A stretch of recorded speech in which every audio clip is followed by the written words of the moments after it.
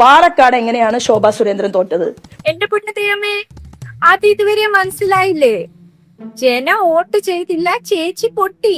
ഞാനൊരു സത്യം പറഞ്ഞാൽ ഞാൻ MLA സ്ഥിരമായിട്ട് നിൽക്കാറുണ്ടെങ്കിൽ ഇതുവരെ ജയിച്ചിട്ടില്ല.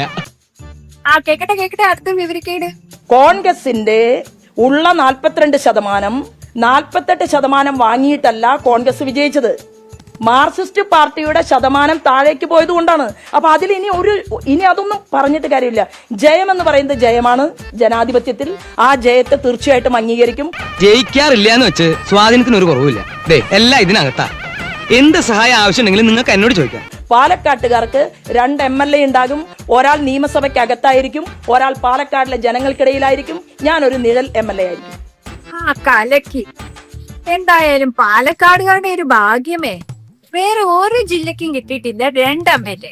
എന്തായാലും പാലക്കാടുകാർക്ക് കിട്ടി 2 MLA. അല്ല, ശോഭ ചേച്ചിയുടെ നിഴല് വിട്ടൊരു കളി കിട്ടുന്നു തോന്നുന്നു. അല്ല, ശോഭ ചേച്ചിയുടെ നിഴല് മുല്ലപ്പൂ വെച്ച് ആണോ 5000 രൂപ കൊണ്ട് നടക്കുന്നത്? എന്തേലും ആട്ടെ. എന്തായാലും ഇതൊക്കെ കണ്ടപ്പോഴാണ് എനിക്ക് താണ്ട് ഓർമ്മ. ജനങ്ങളുടെ ആഗ്രഹങ്ങൾക്ക് വഴങ്ങിക്കൊടുക്കുന്ന രാഷ്ട്രീയ പാരമ്പര്യമാണ് എനിക്കുള്ളത്. ജയിച്ച MLA കൊണ്ട് ഈ നാടിന് എന്താ ഗുണം? നിങ്ങൾ എന്താ ഒന്നും മിണ്ടാത്തേ? അങ്ങേര് തിരുവനന്തപുരത്ത് ചുമ്മാ അലഞ്ഞിരിഞ്ഞ് നടക്കുകയാണ്. തോറ്റു കഴിഞ്ഞാൽ എന്നെപ്പോലുള്ളവർക്ക് ഈ നിയോജകമണ്ഡലത്തിൽ പല നല്ല കർമ്മ പരിപാടികളും ചെയ്യാൻ സാധിക്കും. സത്യം പറഞ്ഞാൽ ഈ ആവശ്യങ്ങൾക്കായി തെരഞ്ഞെടുപ്പിൽ ഞാൻ മനഃപൂർവ്വം തോറ്റു കൊടുക്കുന്നതാണ്. അത് നിങ്ങൾക്കറിയില്ല.